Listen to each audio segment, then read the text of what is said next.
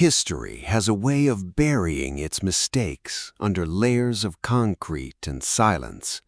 We build underground bunkers to survive the end of the world. We fill them with supplies, lock the heavy steel doors, and tell ourselves we are safe. But what happens when the doors are locked from the outside? What happens when something is left behind in the dark? Deep within the classified archives of private military contractors, there are tapes that were meant to be burned. Tapes that capture the exact moment when the vacuum of silence was filled by something else. Welcome back to Grim Frames. The footage you are about to see was recorded in the late summer of 1994. The location is classified, known only as a decommissioned chemical storage facility. The man behind the camera was a private contractor hired for a routine operation, inventory retrieval. He was completely alone. For this mission, he was equipped with the VAU Mark I. It was a heavy experimental helmet designed to detect invisible biological hazards. Using early infrared and motion sensors, it projected a digital heads-up display directly over his vision. To him, the dark world looked like a low-resolution grid of glowing green lines. It was designed to keep him alive. The descent into the bunker was slow. The elevator had been dead for a decade, forcing him to take the emergency stairs down to level 4. You can hear the steady, heavy echo of his boots on the rusted metal grates. The air down there was thick, stale, and smelled of old copper.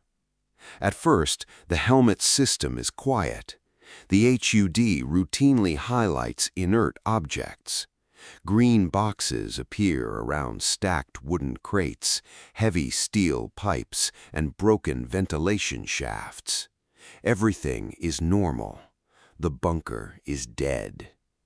But as he reaches the end of the main corridor, the system detects a change in the environment.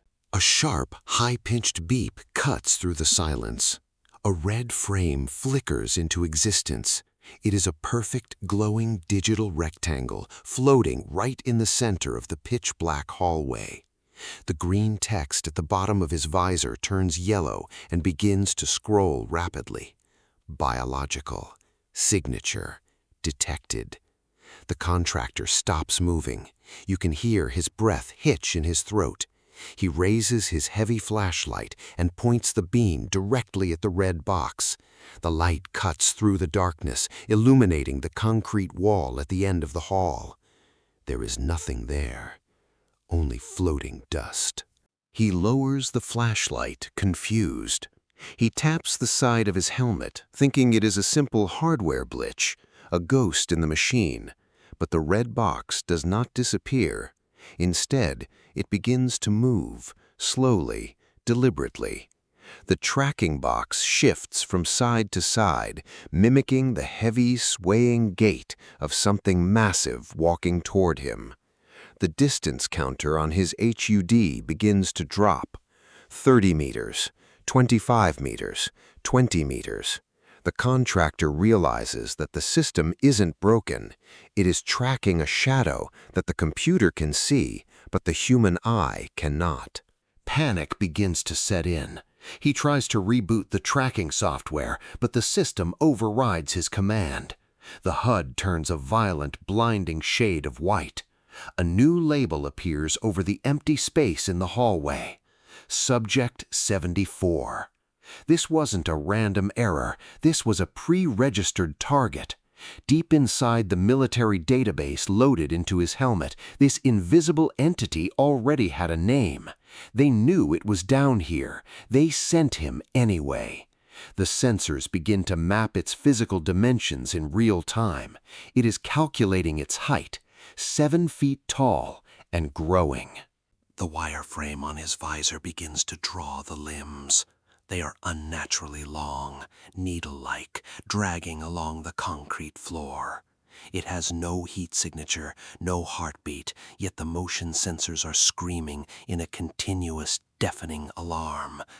10 meters. The contractor finally brakes.